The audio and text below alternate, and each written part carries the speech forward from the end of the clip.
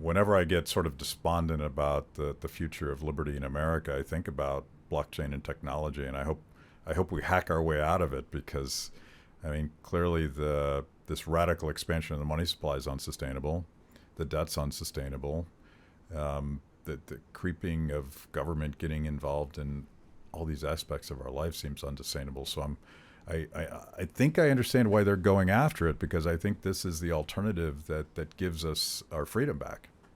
No, I think that part they understand just fine, but they mischaracterize it. And if they really understood it, I mean, if you were trying to conduct criminal activity or truly illicit activity, why would you put it on a public ledger? I mean, you can follow all the moves. If you think of it as a wall full of safe deposit boxes or mailboxes, except the keys are private, you can see inside all of them. You could follow all the moves, and that's how, like, the Colonial Pipeline ransomware attack, for example, was solved because the hackers got paid in crypto, and they followed the chain, all the on-chain activity until there was an exit, and they said, you know what, these are the people that did it, and they were able to take them down.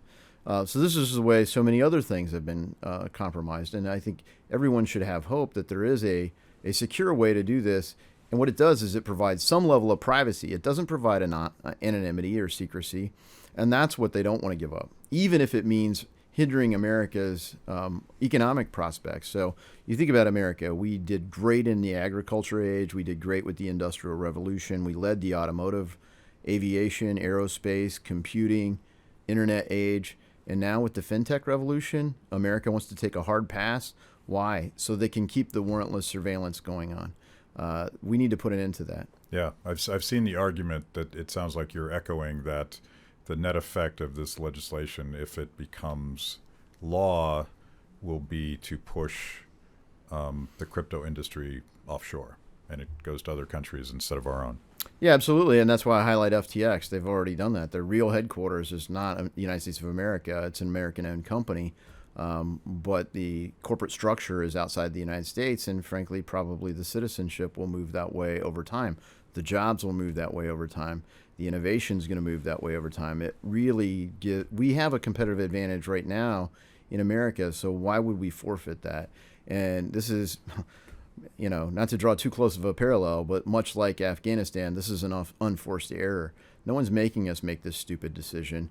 But people in this government, this Biden administration, seem hell-bent on making this foolish decision.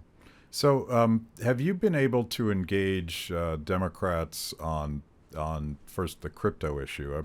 Are there people across the aisle that are equally concerned about the destruction of a potentially vibrant American industry? Yeah, this is not really a partisan issue at all on crypto, and frankly, the same on, it really breaks along similar lines. So if you think about the Patriot Act, for example, that was the massive expansion of warrantless surveillance on American citizens.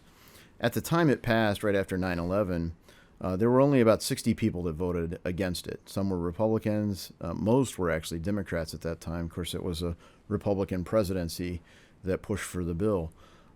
But since then, there are certainly Republicans and Democrats who've opposed the Patriot Act, and I've had allies who are, part of the Progressive Caucus, where I'm part of the Freedom Caucus. So I'm on the right side of the Republican Party, and they're on the left side of the Democratic Party, to simplify the arguments. Yeah. But we're all for less authoritarian governments.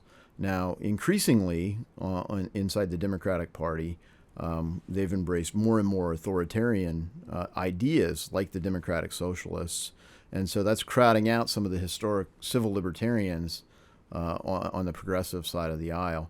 And I think that's giving the appearance that somehow this is more Republican than Democratic. It really isn't. There are Republicans who are authoritarians as well.